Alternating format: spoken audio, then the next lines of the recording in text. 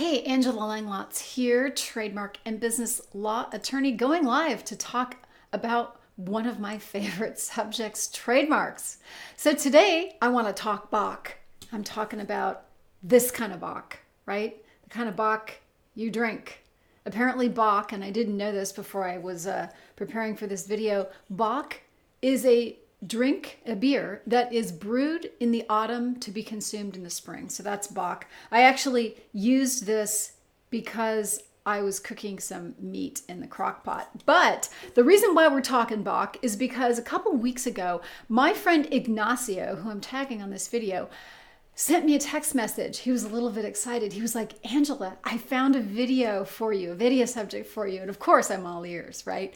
So he says, listen, I was in Aldi and I was about to buy what I thought was Shiner Bock, and instead it was this other Bock that looked confusingly similar. So he sent me a picture of it, right? So on the left is the Bock he was trying to buy, and on the right is the offending, we'll call it the false Bock.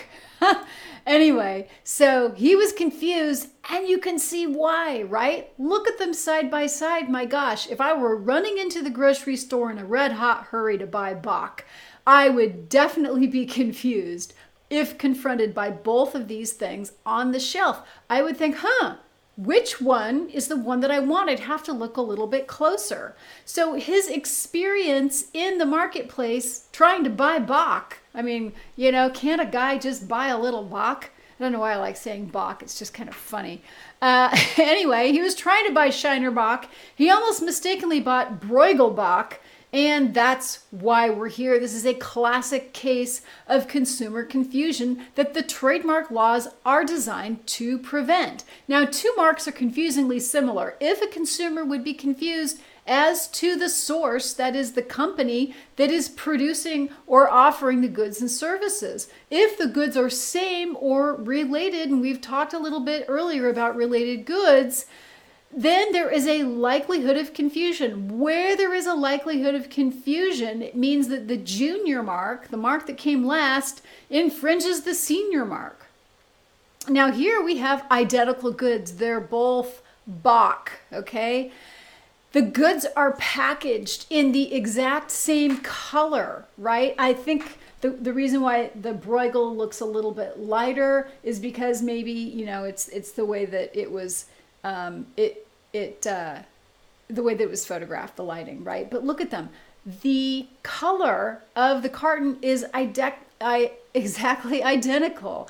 They both have Shiner and BROEGEL are both written in this kind of old-timey lettering, and it's a dark color. It looks like a dark gray. The word Bock is written below in red. In each instance, there is a horned animal on the carton, right? In one instance, it looks over here, BROEGEL's using, I don't know, maybe it's a springbok or an antelope. And on the left, it looks like Shiner Bock is using a bighorn sheep. Anyway, it's a horned animal. Moreover, at first glance, it looks like one of them has adopted the trade dress of the other. I mean, the look and feel is just exactly the same.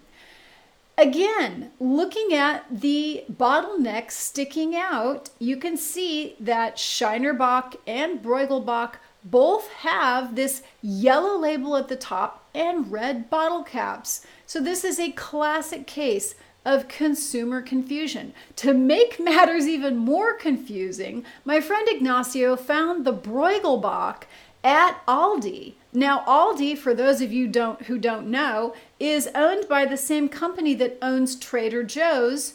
They're like a sister company. And this Shiner Bock, guess where I purchased it? Trader Joe's, right? So the people who shop at Aldi and the people who shop at Trader Joe's, they're both kind of like gourmet discount supermarkets.